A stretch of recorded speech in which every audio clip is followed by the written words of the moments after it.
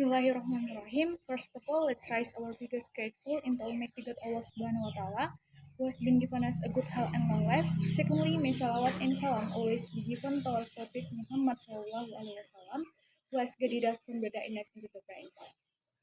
Oke, perkenalkan kami dari kelompok 8 akan menjelaskan materi tentang scoring language test and assessment. Baiklah, langsung saja materi pertama akan dijelaskan oleh teman saya, Tasya. Kepadanya saya persilakan. Baiklah, terima kasih kepada moderator. Kali ini saya akan menjelaskan mengenai definisi skor. Jadi, scoring adalah proses mengubah jawaban instrumen menjadi angka-angka yang merupakan nilai kuantitatif dari jawaban item-item dalam instrumen tersebut. Hasil penilaian tersebut kemudian diolah menjadi nilai. Skor adalah hasil kerja penilaian atau memberi angka yang diperoleh dari angka-angka dari setiap butir soal yang telah dijawab oleh tes dengan benar dengan memperhitungkan bobot jawaban yang benar. Contohnya, guru memberikan 1 poin untuk siswa yang mampu menjawab dengan benar dan 0 poin untuk siswa yang menjawab salah. Penilaian adalah proses penggunaan angka untuk mempresentasikan jawaban yang dibuat oleh peserta tes. Jadi kesimpulannya, scoring adalah pemberian angka atas pencapaian seseorang setelah melakukan tugas tertentu dan kemudian berkaitan dengan seberapa banyak atau seberapa baik pengujian bahasa yang kita lakukan dalam membuat kesimpulan tentang kemampuan seseorang untuk menghadapi situasi sosial. Jadi itu saja penjelasan saya mengenai definisi scoring. Kurang lebihnya mohon dimaafkan. Assalamualaikum warahmatullahi wabarakatuh. Thanks for Tasya. Selanjutnya akan dijelaskan oleh Dwi Bahyudi. Kepadanya saya persilakan. Terima kasih kepada moderator. Jadi saya akan melanjutkan penjelasan dari Tasya, yakni mengenai tentang jenis penilaian. Yang pertama ada yang menyeluruh. Nah, yakni tergambar oleh Rubik holistik, itu memberikan skor tunggal, ya, berdasarkan kesan keseluruhan dari kinerja siswa. Nah, yang kedua yakni ada analitik. Itu berupa sebuah rubik analitik memberikan umpan balik spesifik di sepanjang beberapa dimensi dan deskriptor produk. Yang ketiga ada skor mentah. Skor mentah atau skor awal ini adalah tanpa penyesuaian apapun atau transformasi skor seperti jumlah pertanyaan sederhana yang dijawab dengan benar oleh siswa.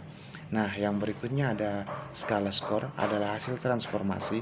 Tujuannya adalah untuk melaporkan skor untuk semua peserta ujian pada skala yang lebih konsisten. Selanjutnya adalah bagaimana menentukan sebuah skor. Mayoritas tes bahasa Inggris itu disusun oleh atau mencerminkan atau berasal dari Common European Framework atau biasa disingkat CEFR. Nah, di mana Common European Framework ini merupakan standar internasional untuk mengevaluasi bahasa Inggris kemampuan siswa. Nah, garis CEFR ini dibagi menjadi 3 tingkatan yang terdiri dari 6 tanda timbangan. Yang pertama ada pengguna dasar, yang kedua ada pengguna independen, yang ketiga ada pengguna yang mahir.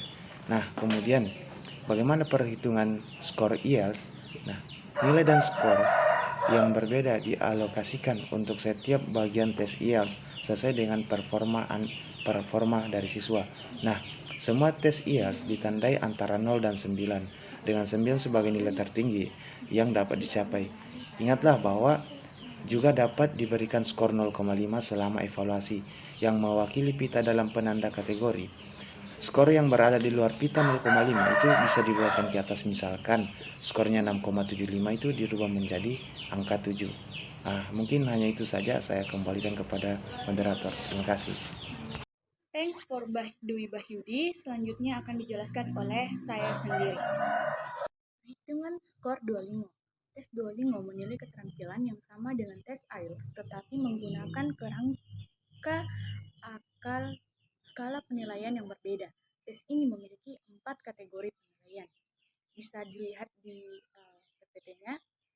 Ini ada perhitungan skor TOEFL IBT. Jika Anda mengikuti TOEFL IBT, tes skor keseluruhan Anda dihitung menggunakan kombinasi berbicara tentang skor bagian Anda yang ada sebelum keempatnya. Setiap bagian, yaitu membaca, menulis, dan berbicara, masing-masing diberi nilai 30. Artinya, total skor TOEFL IBT Anda di luar 120. Evaluasi setiap bagian menggunakan struktur penilaian berpita dengan 4 kategori untuk membaca dan mendengarkan dan 5 untuk berbicara dan menunggu. Yang pertama, reading.